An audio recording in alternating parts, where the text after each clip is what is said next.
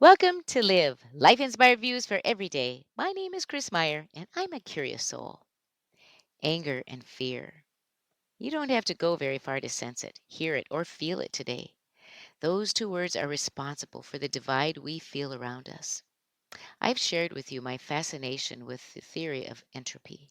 I know my brother Pete is cringing as he listens to this from Iceland, because as hard as he tries to help me understand entropy, I most always get parts of it wrong and choose to land on my own understanding to create and apply it to life the way I feel like applying it. So here it goes, my understanding and application of entropy in today's overwhelmed sense of fear and anger that are pervading our society in sometimes epidemic proportions. To review, entropy is, according to an AI generated definition on the internet, the theory that explains order, then disorder, then order, which is a fundamental concept, meaning things naturally move from a state of order to a state of disorder unless external energy is applied to restore order. Essentially, it takes effort to maintain order against the natural tendency towards disorder. So, can you see how this theory might be connected to anger and fear that has been pervading our society? If you envision that anger and fear are the disorder and peace and kindness as the order, does that give you an inch of hope as it does me? If you're like me and so many, you hope this dissension will ease and we return to trust and kindness toward those who we don't agree with.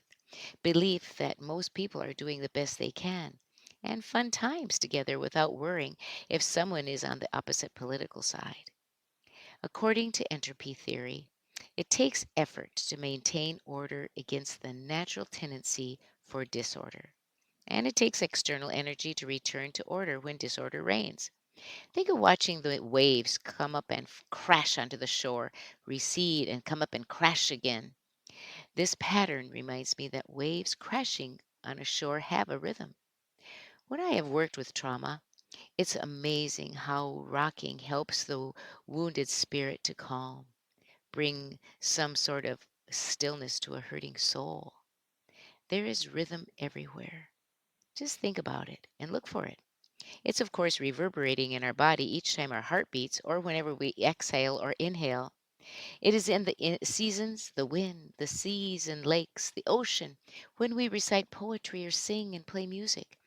Just as the rhythm of the water producing waves can bring a lost boat back to shore, perhaps the rhythm of people can produce an energy to bring order back to a chaotic world. And what is that rhythm? I believe it's kindness, empathy, listening, laughing, praying, smiling, giving the benefit of the doubt, accepting, and above all, simply loving. Sounds so simple, but simple is not corny in the face of a world of hate and judgment. It is strong, bold, and doable. It starts with us, our attitudes, our decisions of behavior, beginning with the words. This week, I'm in Minot, North Dakota as a part of a Scandinavian festival called Hustfest, telling stories about Norwegian trolls.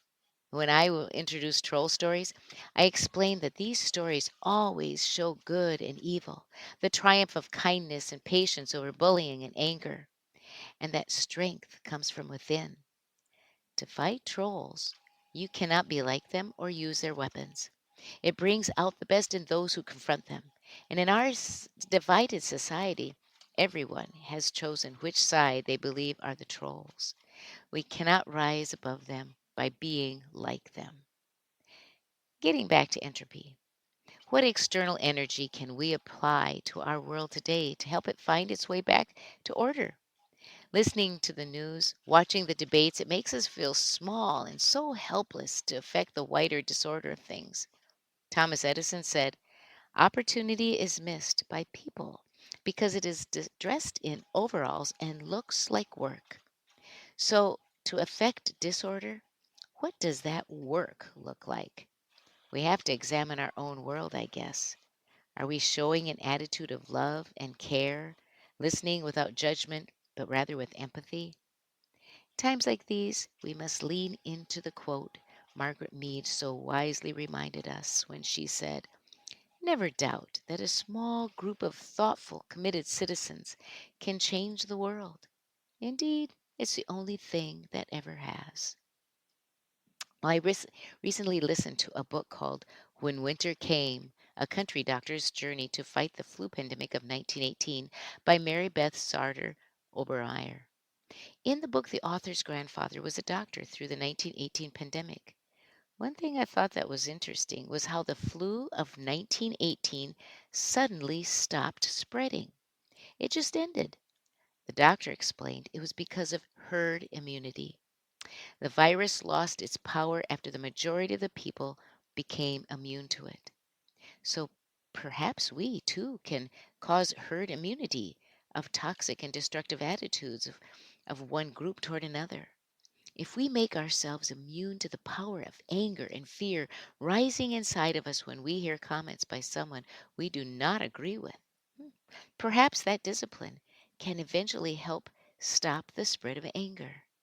Like the rhythm started by the ripple of unseen energy, our world can change. I believe that. So this week, on your bathroom mirror, write, "I refuse to give power to anger and fear. Instead, I'll give my energy to the spirit of love and caring." Join me next Monday for Live, Life Inspired Views for Every Day. I'm Chris Meyer, and I'm a curious soul.